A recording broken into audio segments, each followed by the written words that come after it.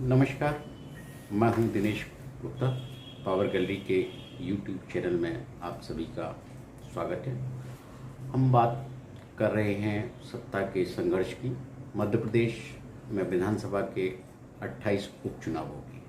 चुनाव आयोग ने आखिर आज तारीखों का ऐलान कर दिया है।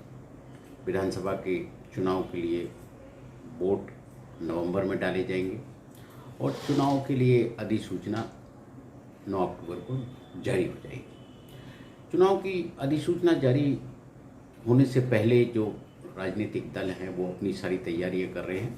कांग्रेस लगभग 24 उम्मीदवार घोषित कर चुकी है, फिर 4 उम्मीदवार बचे हुए हैं। भारतीय जनता पार्टी में उम्मीदवारों को लेकर कोई ऊहापोह नहीं है। उनकी एक औपचारिक घोषणा होनी है, पत्र जारी होना है। जिन लोगों ने सत्ता बदलवाने में बहुत महत्वपूर्ण भूमिका अदा की है उनको तो टिकट मिलेगा ही, ये मानकर हम चल सकते हैं। लेकिन जौरा,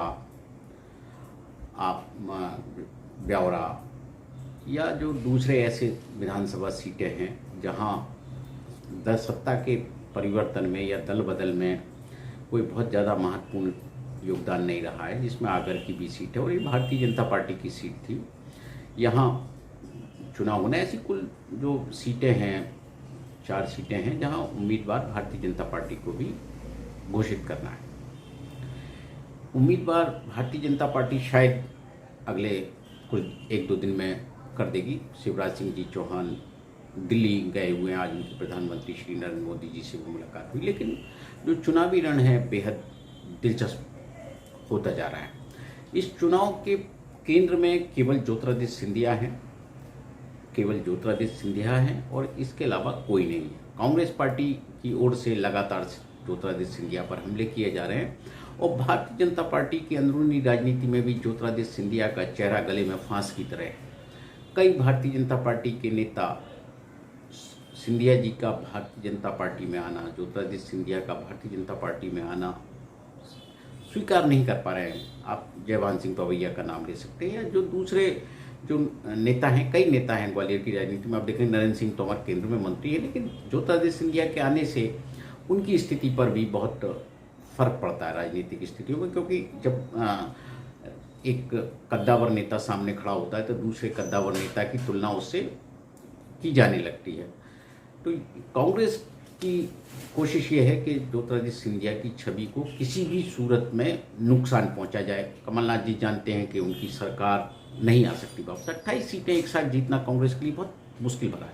लेकिन भारतीय जनता पार्टी में जो राजनीति चल रही है वो बेहद दिलचस्प है। जो कई तरह की चर्चाएं जो है चल रही हैं, जो हवाएं भारतीय जनता पार्टी के मुख्यालय से बहकर मुख्यमंत्री निवास की ओर जाती हैं, उन हवाओं में भी ये बात कही जा रही है कि ज्योतिरादित्य सिंधिया की राजनीतिक साख को कम करने के लिए कुछ सीटों पर भारतीय जनता पार्टी का कार्यकर्ता सक्रिय नहीं होगा।